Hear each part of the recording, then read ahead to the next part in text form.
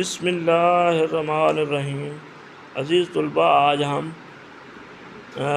Ninth class جو ہے اس کے اردو کا حمد کی نظم کے مشقی سوالات کا مطالعہ کریں گے۔ مشقی سوالات: سوال نمبر 1، حمد کے متن کے مطابق لفظ لے کر مصرعے مکمل کریں۔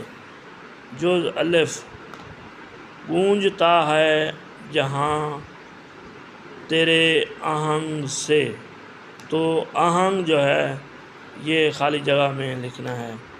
آگے نمبر جز ب: ہر ستارے میں آباد ہے ایک جہاں، تو جہاں جو ہے یہ خالی جگہ میں ہم نے پٹ کرنا ہے۔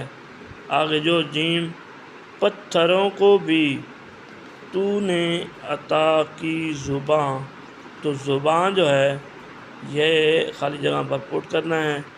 آگے جو د: سونپ کر منصب آدمیت مجھے، تو آدمیت جو ہے یہ خالی جگہ میں پٹ کرنا ہے۔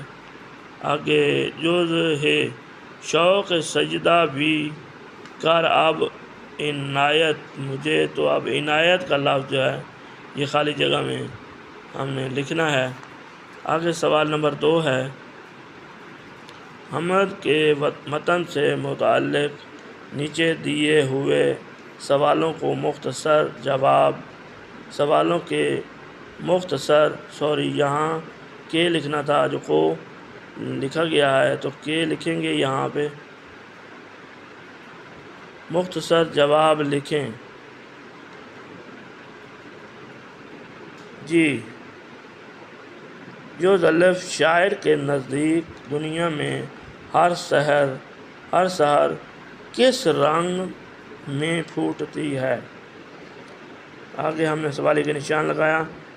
جواب: شاعر کے نزدیک دنیا ہر سحر ایک نئے رنگ، اجالے اور روشنی کی مانند پھوٹتی ہے۔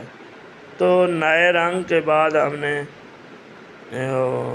سکتہ کی علامت لگائی، اور پھر اس کے بعد اور کو شامل کیا گیا حروف عطف کو، جو یہ اجالے اور روشنی کی مانند پھوٹتی ہے، حروف عطف اور کو شامل کیا گیا۔